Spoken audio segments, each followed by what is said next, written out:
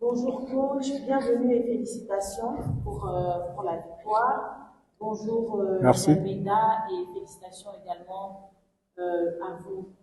Coach, dernier match de poule pour le Sénégal. Quel bilan faites-vous de la phase de poule? Tout d'abord, nous rendons grâce à Dieu quand même de nous donner cette victoire précieuse quand même, surtout pour la suite du championnat, pour la suite du tournoi. Maintenant, je félicite mes joueurs qui ont fait un match quand même très, très, très correct et mes encouragements à l'équipe adverse. Vous savez, le bilan qu'on peut faire, c'est de se qualifier quand même. On est qualifié, on est deuxième, c'est une bonne chose quand même. Certes, on est rentré mal dans le tournoi avec une équipe malienne, une forte équipe malienne, une équipe puissante qui nous a dominé de bout en bout. Mais ça nous a permis quand même de connaître notre valeur et de travailler, de rectifier surtout nos erreurs. Mais on va continuer à travailler et corriger les erreurs, surtout au niveau des rebonds.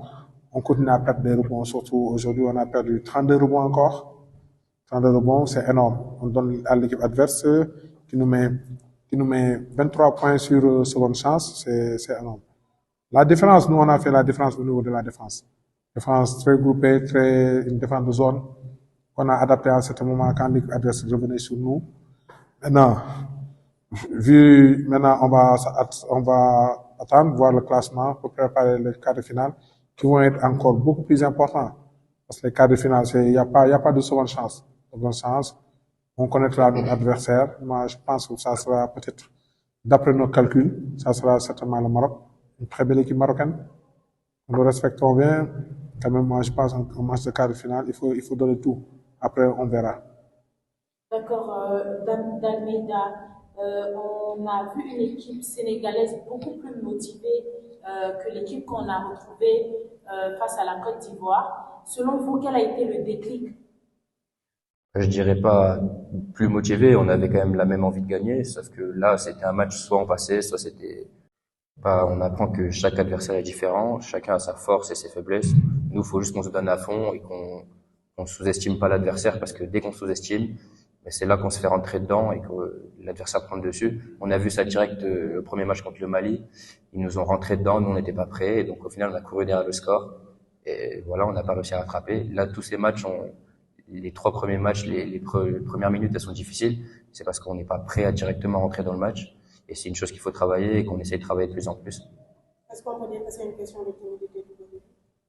Non, c'est pas une question de timidité, c'est juste qu'on est venu et on n'était pas vraiment, mentalement on n'était pas prêt, on s'est pas dit que ça allait être aussi dur. On s'est dit qu'on avait une grosse équipe quand même, mais on s'est pas dit que ça allait être facile et voilà. Plus les matchs passent, plus on s'améliore, donc c'est ce qui compte. Merci. Dalmeida, qu'est-ce que ça représente pour vous de jouer en tant que meneur, de jouer avec des joueurs comme Ousseynou Sambé et Cheikh Bitey qui font une très belle performance depuis le début du tournoi? Ah, ça fait plaisir déjà que c'était des joueurs que je connaissais pas. Donc, voyager et voir d'autres talents, ça fait toujours plaisir et ils font des bons matchs, ils nous aident à l'équipe, donc s'ils peuvent continuer comme ça serait nickel. Je suis que fier d'eux et il faut que je reste fier, il faut qu'ils nous rendent fiers et qu'ils nous aident à remporter ce titre. Coach, si vous avez un mot de motivation pour vos joueurs et la même question pour Dalmeida, quel serait ce mot-là? Humilité, faire profil bas, et respecter l'adversaire, surtout respecter l'adversaire. Il faut croire en soi, en ses forces, mais quand même, il faut respecter l'adversaire, être beaucoup, beaucoup humble. C'est bien de gagner, de sortir le stress. Maintenant, on doit se concentrer, respecter l'adversaire et venir jouer dur et faire, venir être dur et plus engagé quand même. Parce que ce sont des matchs de jeunes, il faut être plus engagé, humilité, respecter l'adversaire, ne pas le motiver aussi quand même. Moi, je pense que c'est ça.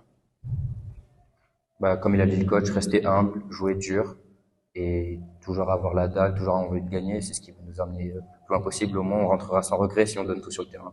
C'est tout. Et vous, Dalmeida, à quoi est-ce qu'on doit s'attendre pour les quarts de finale? On doit s'attendre à une envie de gagner, des chiens sur le terrain. Personnellement, essayer de jouer au maximum pour que l'équipe gagne, que je joue pas ou que je joue beaucoup, ça soit la même chose. Je vais jouer avec la même envie. Et pour mes coéquipiers, j'espère que c'est la même chose. Comme on joue tous avec l'envie de gagner, au moins on n'aura pas de regret à la fin de la compétition, c'est tout. D'accord. C'est bon pour moi. questions. Merci coach, merci d'Almeida Merci. et bonne chance pour la suite. Merci. Il n'était pas là pour gagner. Et non, on avait la même envie contre la Côte d'Ivoire, c'est juste que c'était pas le même adversaire, donc le match ça s'est pas ressenti pareil, c'est tout. D'accord.